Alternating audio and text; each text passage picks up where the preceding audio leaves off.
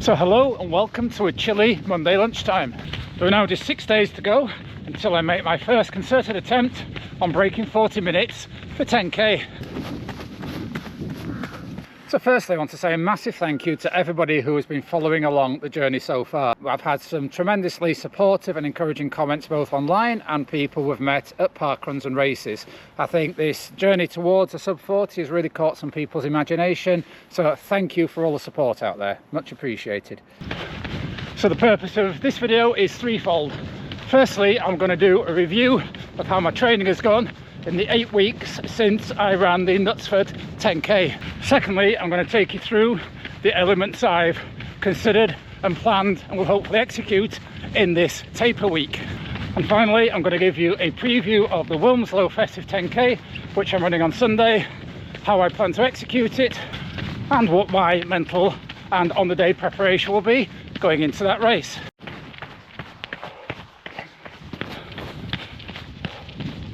So it has been 2 months since I raced 2 10Ks on consecutive weekends.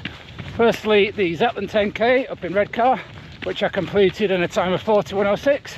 Then I jumped into the Knutsford 10K the week after, really fast course, and was delighted with a 40:35 clocking.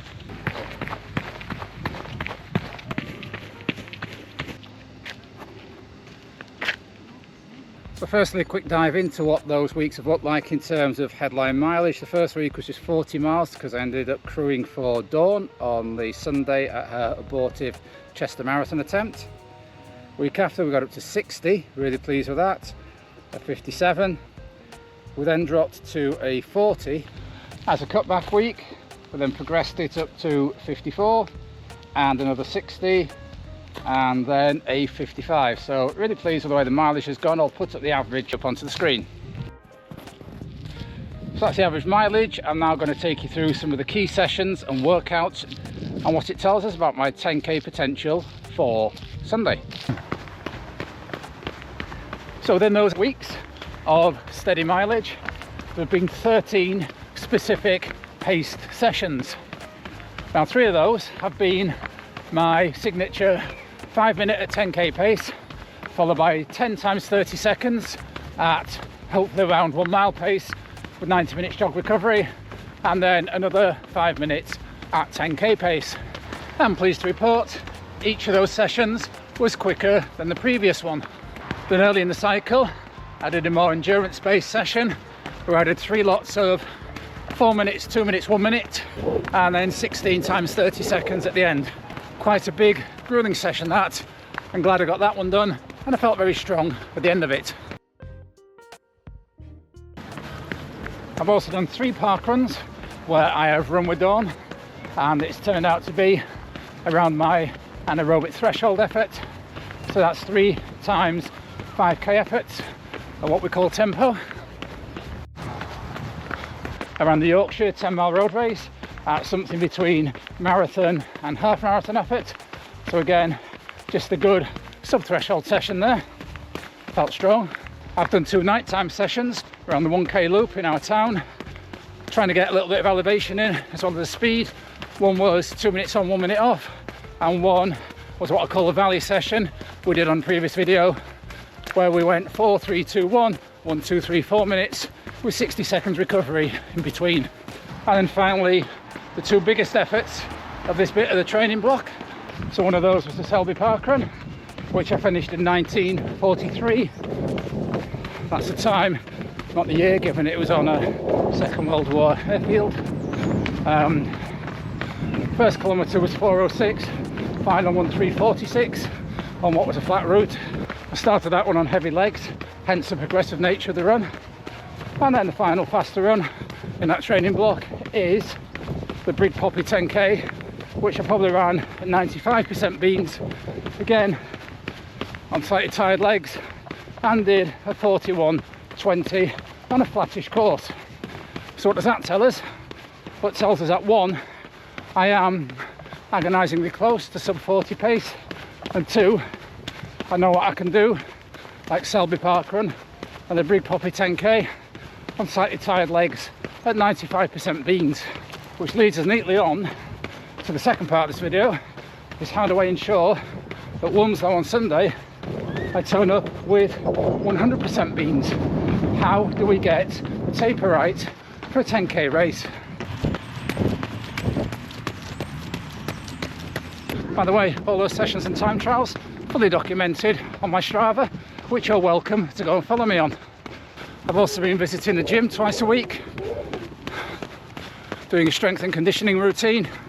I've also added in the last few weeks some plyometrics, most pertinently some box jumps, which I'm really enjoying.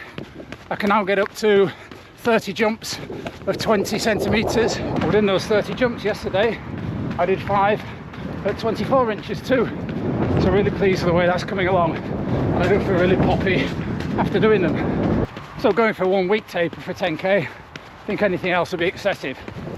So within my training, I look at 3 metrics. One is duration, the next one is intensity, and the final one is frequency. So I've already looked at the duration of an average training week, somewhere between 50 and 60 miles on a typical week. So the literature I studied suggests a cutback to somewhere between 20 and 60% of that volume. So as a sense check, I think somewhere around 30 to 35 miles a week would feel about right for the 7 days leading up to the Wilmslow 10k. So next one, intensity. I don't think the entire week should just be spent doing light easy jogs, so I think my body won't feel sharp and snappy on the race day. But nor do I want to train through as normal, so I think I'd get that 95% beans effect I had at Selby Park Run and the Big Poppy 10k. So those 2 nighttime sessions I've done 2 previous weeks have been 20 minutes worth of volume. The 5 minutes threshold, 10 times 30 seconds fast, 5 minutes threshold obviously adds up to 15 minutes worth of work. And those threshold 5k park runs I've done with Dawn amount to 21 minutes worth of work. Therefore it appears sensible to do something around 10 minutes worth of work, so this week's session will be 10 times 1 minute on, 1 minute off. Quite simple, and I shall try and do those 1 minute ons at goal 10k pace, which is obviously 3:59 per kilometre, or for those traditionalists like myself who work in miles, 6:25 per mile. So we're now on Wednesday lunchtime and we're just warming up for that 10 times 1 minute on, 1 minute off. We're looking for around 6:20 to 6:25 pace. You can see there the Coros Pace 3 showing 6:18 at that point. So never has 300 metres of a service road at Doncaster Racecourse been so well used, I think, as I did 1 up, then 1 down, then 1 up, then 1 down. Here I am, backwards and forwards.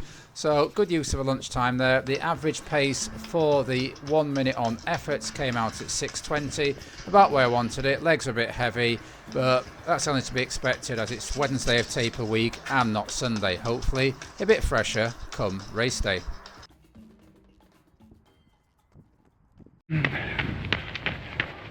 So it's on Thursday, red hat day on the rotation.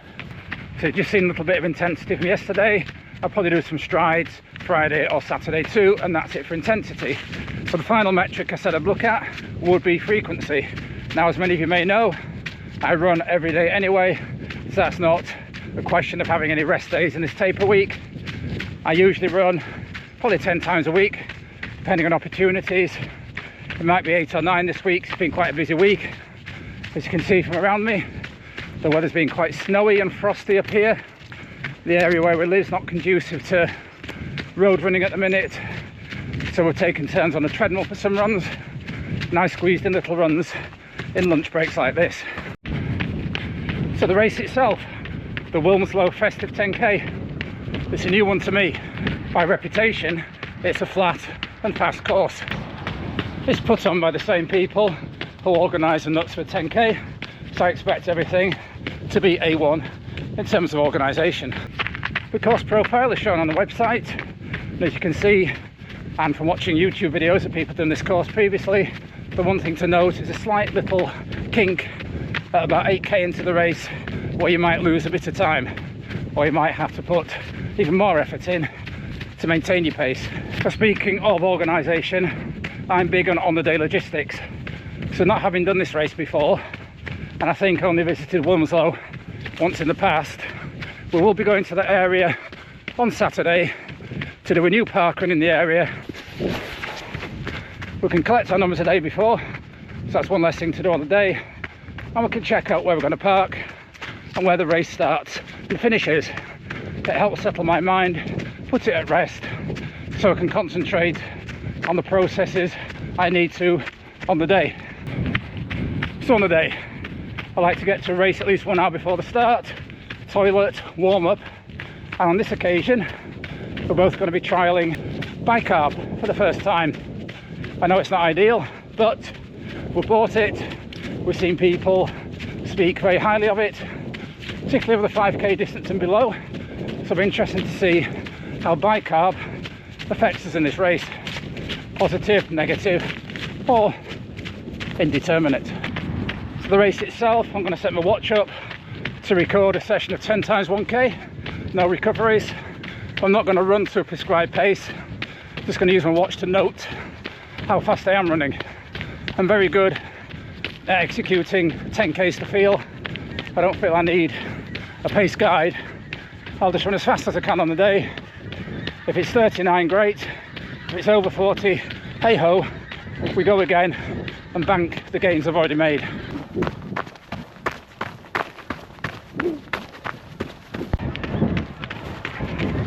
So there was a time in my running career, if I did a 10k, was maybe 10 seconds outside my goal time, I spent the next 2 weeks beating myself up, looking at what I could change. Whereas now, having undergone so many injuries over the years, so many ups and downs, I'm just pleased to be able to toe a start line with a goal in mind and enjoy being part of the running community and the racing experience.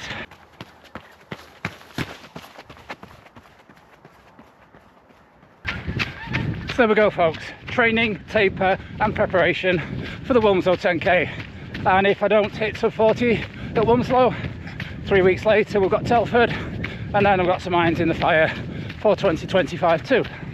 We won't be giving up. Oh yes, kit. So I'll be wearing my Tracksmith vest in the colours of the old Barnsley Road Runners Club, and I'm expecting delivery today or tomorrow with some Adidas Takumi Sen 10s. So I've done many races and parkruns this year in my Sen 8s and Sen 9s and generally hit good times in them. So I'm looking forward to trying out the 10s in this fast 10k road race. So I hope you found this Wilmslow 10k race preview interesting and informative. If you did, please give it a like, and if you'd like to see how I get on, please subscribe to the channel. I'll probably get the race vlog out on Monday. So until next time, keep on keeping on. Keep on keeping on.